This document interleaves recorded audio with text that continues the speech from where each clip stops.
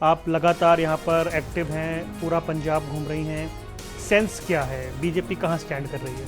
मुझे दिख रहा है कि हम सरकार बना रहे हैं। मुझे दिख रहा है कि एनडीए की सरकार यहाँ बन रही है। पंजाब चौड़ 2022 चुनाव में कुछ ही दिन बचे हैं और कैंपेन अपने पीक पर है। हमारे साथ आज बात करने के लिए मौजूद हैं देश की संस्कृति और विदेश राज्य मंत्री, जिन्हें बीजेपी ने पंजाब चुनाव में सह प्रभारी बनाकर भेजा है। मीनाक्षी लेखी जी हमारे साथ मौजूद है। मीनाक्षी जी, बहुत बहुत स्वागत है मैच प्राइम पर। आप लगातार यहाँ पर एक्टिव हैं, पूरा पंजाब घूम रही हैं। सेंस क्या है, बीजेपी कहाँ स्टैंड कर रही है? बीजेपी के प्रति सबके मन में बहुत अधिक विश्वास की भावना है और हर व्यक्ति उम्मीद की किरण जो है उनको भाजपा में दिखाई देती है, क्योंकि उनके साथ जो उनका भरोसा है वो तोड़ा गया है पूर्व में। तो उनको बार बार लगता है कि अगर जो आज पंजाब की स्थिति है, एक नंबर की स्टेट आज 23वें नंबर पे खड़ी है और भारत में मात्र 29 राज्य है, तो आज उनको लगता है कि अगर पंजाब को आगे बढ़ाना है तो कहीं ना कहीं डबल इंजन लगाना पड़ेगा और खींच के तेजी से आगे बढ़ाना पड़ेगा। और उसके लिए केंद्र सरकार और राज्य सरकार को मिलकर नीतियां बनानी होंगी, चलानी होंगी, और तभी आगे बढ़ पाएंगे, नहीं तो और पीछे धकेले जाएंगे। जब हमने शुरुआत में जब आपके पंजाब के दौरे शुरू हुए थे तब बात की थी, और अब जब कैंपेन खत्म होने वाला है, बीजेपी के लिए कितना चुनाव में बेहतर हुई है परिस्थिति?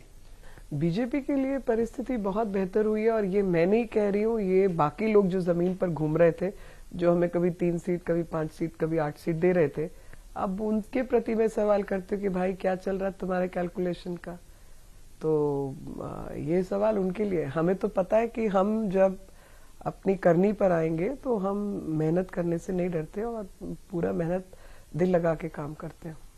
कुछ महीने पहले जो परिस्थिति पंजाब में बनी या बना दी गई, आपके जो नेता थे वो बाहर नहीं आ पा रहे थे, आपके विधायक के साथ दुर्व्यवहार हुआ, मारपीट तक की गई, वहां से आज सरकार बनाने का दावा करना या चुनाव में बहुत बेहतरीन परफॉर्मेंस की बात करना, ये कॉन्फिडेंस कहां से आया?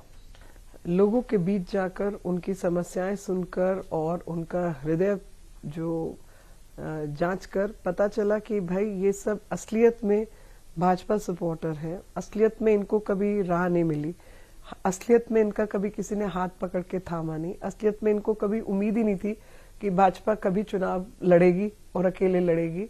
तो जहां गई हूं वहां लोगों ने यही प्रश्न किया मेरे से कि हम प्रश्न क्या बताया कि हम तो चुनाव में कमल का फूल ढूंढते थे, हमें कमल का फूल दिखता नहीं था, तो फिर हमारी वोट इधर उधर लगती थी। अब कमल का फूल वोटिंग पैड पर दिखेगा तो वोट भी उधर ही लगेगी। ये लोगों का कहना है, मैं नहीं कह रही। प्रधानमंत्री ने जालंधर रैली में कहा, नवा पंजाब नई टीम दे नाल।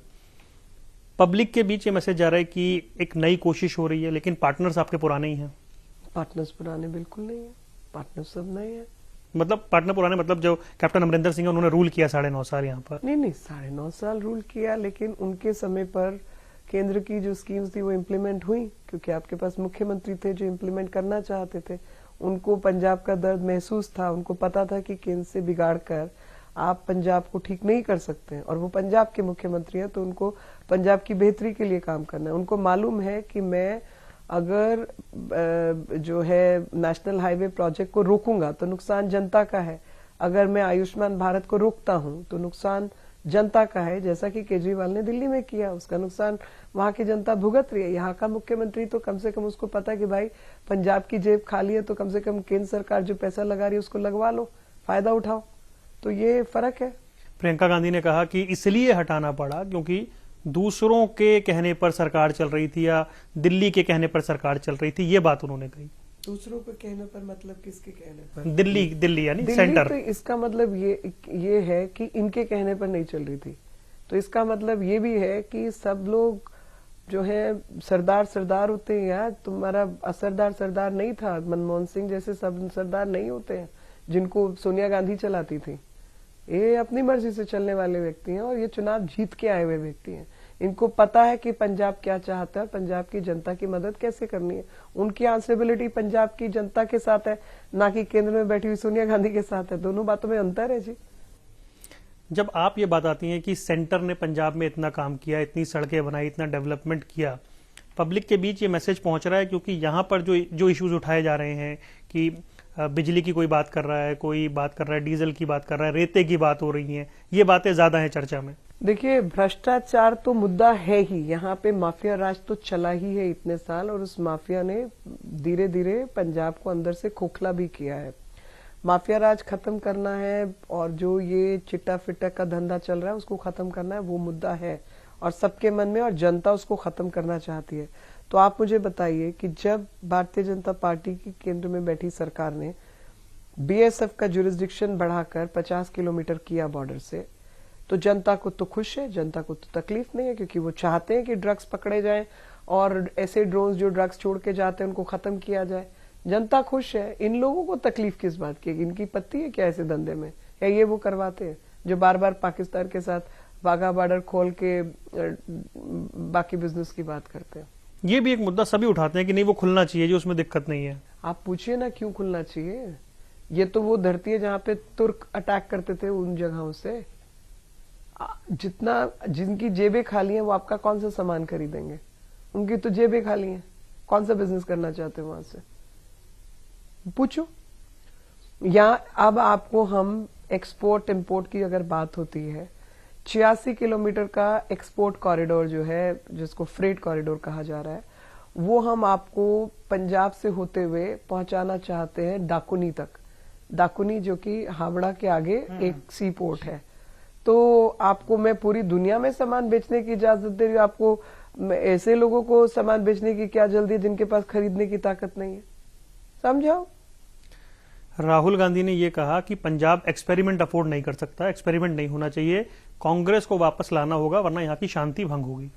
यहाँ की शांति भंग तो कांग्रेस ने ही की है, और नंबर 1 की स्टेट को आज नंबर 23 पे पहुंचाने वाले यही लोग बैठे हैं।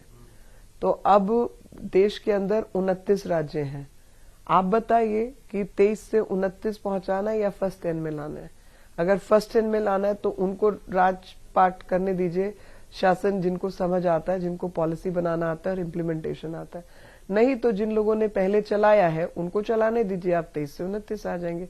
उन्होंने पहले ही मेहनत कर ली है आपको 1 से 23 पहुंचाने की, और मेहनत कर लेंगे और खाली कर देंगे आपको 29 बनाने में। ये जो आप बात कर रहे हैं ना, क्योंकि जैसे जीएसडीपी की बात होती है, जो एक गुणवत्ता सूचकांक है, उसमें पंजाब आज कहाँ स्टैंड करता है अपने पड़ोसी राज्यों के मुकाबले, हरियाणा के मुकाबले।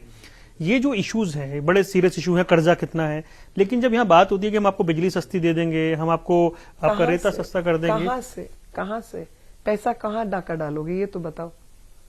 फ्रीबीज हैं ये। मैं फ्रीबीज कहाँ से? मैं तो कहती हूँ 2 फ्रीबीज, कोई प्रॉब्लम नहीं है, जिसको जरूरत है आप उसको दो, आपकी पॉलिसी है देने की, आप दो, लेकिन कहाँ से दोगे वो समझा दो।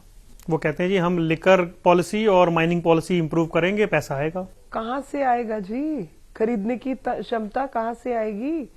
अगर आप लिकर पॉलिसी बेटर करेंगे तो आप नशा मुक्त पंजाब कहाँ से बनाएंगे? आपको मालूम है कि ये धरती गुरुओं की धरती है जहां पर सिगरेट पीना वर्जित है। आप इसको नशे में डुबोना चाहते हो, जैसे आपने दिल्ली को डुबाया है। वहां पे 300, 350, 700, 800 ठेके थे, आपने 3,500-5,000 ठेके खोल दिए और सरकार की कमाई बंद करके प्राइवेट लोगों के हाथ में ठेके की बोतलें समझा दी, और लाइसेंसेस खोल दिए स्कूल्स के पास, कॉलेजेस के पास, जहां मार्केट में औरतें घूमती हैं, सबसे पैसे उठा लिए। आप क्या बात करते हो जी? वहां दिल्ली को नशे में डुबोगे या नशा मुक्त बनाओगे? कहां से बनाओगे? दिमाग तो समझाओ। आपको क्या लगता है वो कमीज बाहर निकाल के पैंट के ऊपर चप्पल पहन के घूमने से यहाँ वोट मिलने वाली है? पंजाबी हैं भाई, ये 50 चीज नोट करते हैं, और एस्पिरेशनल इंडिया क्या चीज है वो अच्छी तरह जानते हैं। तो ये जो 1,000 रुपए 2,000 रुपए देने की बात हो रही है, आपको लगता है इम्पैक्ट नहीं रहेगा? अरे यार, जो पंजाबी की तबीयत है वो तो जानो, पंजाबी क्या कौम है वो तो समझो। हम जेब से पैसे खर्च करके तमाशा देखने वाले लोग हैं। हम 100 कमाते तो 110 खर्चते हैं। मैंने औरतों से पूछा, और ये मैं ये बनी बनाई बात नहीं कर रही भाई साहब, मैं बिल्कुल ईमानदारी की बात कर रही हूँ। मैंने औरतों की सभा में पूछा कि आपको 1,000 रुपए मिले तो क्या करोगे? तो वहां से पता है क्या आवाज आई? दुपट्टा भी नहीं आंदा भैन जी, 1,000 लेके की करना है? फिर मैंने पूछा कि आपको क्या अच्छा लगा, तो बोलेंगे, मैंने कहा आपको इंश्योरेंस अच्छी लगी, 1,000 रुपए हाथ में अच्छे लगे? बोले जो 5 लाख की इंश्योरेंस हमें वो सूट करती है, क्योंकि हमारे परिवार सुरक्षित हो जाए और उनको कोई बीमारी ना लगे, और बीमारी लगे तो उसका इलाज हमें मिले, ये ज्यादा बड़ी सहूलियत है हम औरतों के लिए। निस्वत 1000 रुपया महीने का आत्मिक दे दोगे, और वो आदमी 1000 रुपया कहां से देगा जिसने आज तक विधवा औरतों की पेंशन दिल्ली में रोकी हो, जिसने दिव्यांग लोगों की पेंशन दिल्ली में पे नहीं की। वो यहाँ के नाटक करे कि मैं औरतों को 1000 रुपया दूंगा। पूछो बिल कहां से भरेगा, किसकी जेब काटोगे, वो बता दो। टैक्स कौन पे करेगा, कौन टैक्स पे करेगा? जो पहले ही दुकानें बंद करके या इंडस्ट्री बंद करके यहां से जा रहा है, उसका तुम टैक्स बढ़ाओगे और खत्म होगा। जो आपने इंडस्ट्री की बात की जा रही है, पलायन बहुत बड़ा मुद्दा है युवाओं का खासकर। क्या कोई ऐसी चीज लगती है कि लोग वापस लौटें या रुक जाएं, क्योंकि ये बहुत दयनीय स्थिति है? देखिए, पलायन तो अमीर लोगों के बीच हो रहा है ना, जो IELTS पास करके जा रहे हैं, जेब से पैसे ज्यादा खर्च करके जा रहे हैं, फ्री में थोड़ा ही जा रहे हैं। वहां भी उन्होंने छोटी बड़ी दुकानें लगा रखी है पैसा कमाने की। तो आपकी जो कमाई है अब तक की, वो आप अपने बच्चे पे लगा रहे हैं। मगर जाने में बुराई नहीं है, मगर ऐसा स्नेह का भाव, ऐसा प्यार का भाव मन में जागृत तो हो, बच्चों के कर्तव्य का भाव अपनी धरती के प्रति, भारत के प्रति तो हो कि हमें वापस लौट के आना है, या अपने परिवार के प्रति कि माँ बाप की देखरेख भी करनी है।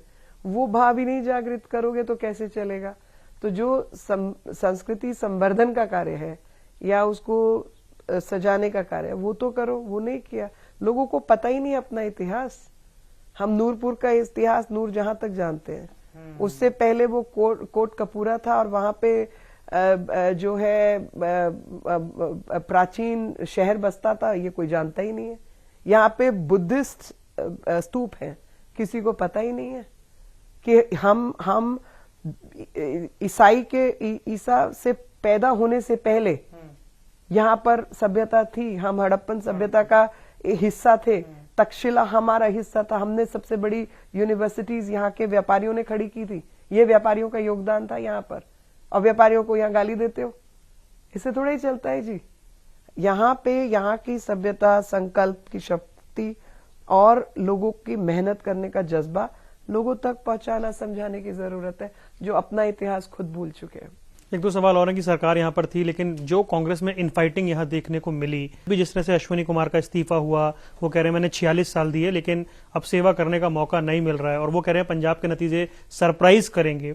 लगातार कांग्रेस से यहाँ लोगों के नाराज होकर छोड़ के जाने का सिलसिला रहा। आपके यहाँ बहुत सारे लोग ज्वाइन करते चले गए। ऐसी परिस्थिति क्यों बनी आपके हिसाब से? मैं तो किसी दूसरी पार्टी को शिक्षा देने के लिए, सही रास्ता दिखाने के लिए नहीं बैठी हूँ। वो अच्छे जैसे हैं वैसे ही करते रहे, क्योंकि अच्छे लोग उनको छोड़ें और देश की निर्माण में काम करें जी। वो इस लायक ही नहीं है कि वो देश निर्माण करें या प्रदेश निर्माण करें। वो अपना घर परिवार से बाहर ही नहीं उभर सके। तो जो भी थोड़ा समझदार व्यक्ति होगा वो उसका दम घुटेगा इसी जगह पे। जिसको भी थोड़ा बहुत मान सम्मान, इज्जत का थोड़ा पहचान होगी, वो नहीं रह सकता वहां पर। मल्टी कॉर्नर फाइट दिख रही है आपको पंजाब में? मुझे कोई फाइट ही नहीं दिख रही है। मुझे दिख रहा है कि हम सरकार बना रहे हैं। मुझे दिख रहा है कि एनडीए की सरकार यहाँ बन रही है। इस दावे पे बहुत लोग यकीन करते नहीं, हालांकि आप लोग ग्राउंड पे घूम रहे हैं, हम भी घूम रहे हैं। आपको लग रहा है कि चेंज के लिए पंजाब तैयार है? मैं चेंज के लिए पंजाब तैयार है, बिल्कुल तैयार है। या फिर आप 22 का चुनाव लड़के 24 से 27 की नींव रख रहे हैं? नहीं नहीं नहीं नहीं नहीं नहीं नहीं नहीं, मेरे को तो 22 के चुनाव में 24 की झलक मिल ही रही है, और मुझे ये पता चल रहा है कि एनडीए की सरकार इधर बनेगी। चरणजीत सिंह चन्नी का ये कहना कि जानबूझ के उनके हेलीकॉप्टर को उड़ने नहीं दिया जा रहा, या फिर कह रहे मैं आतंकवादी नहीं हूं, मेरे साथ ऐसा व्यवहार किया जा रहा है।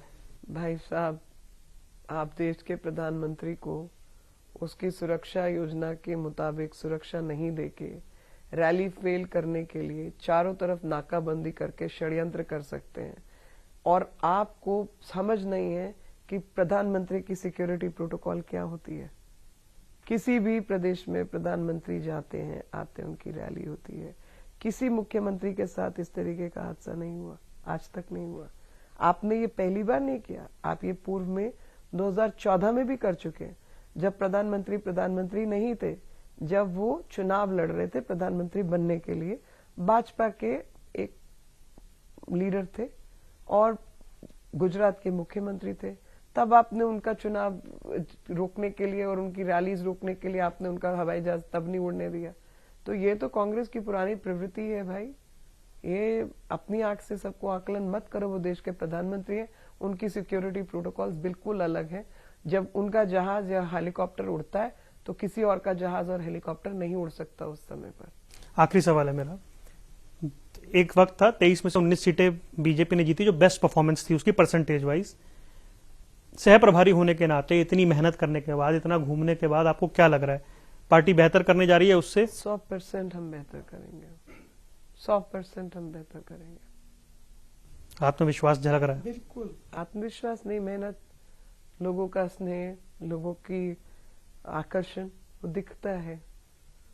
अगर कुछ कमी रह गई होगी तो शायद हम ही ने प्रचार कम किया होगा, क्योंकि यहाँ पे हमने सब काम किए। जब हम सरकार में नहीं थे तब भी काम किए, सिर्फ पंजाब के प्रति एक कर्तव्य की भावना से फीता काटने का काम नहीं किया।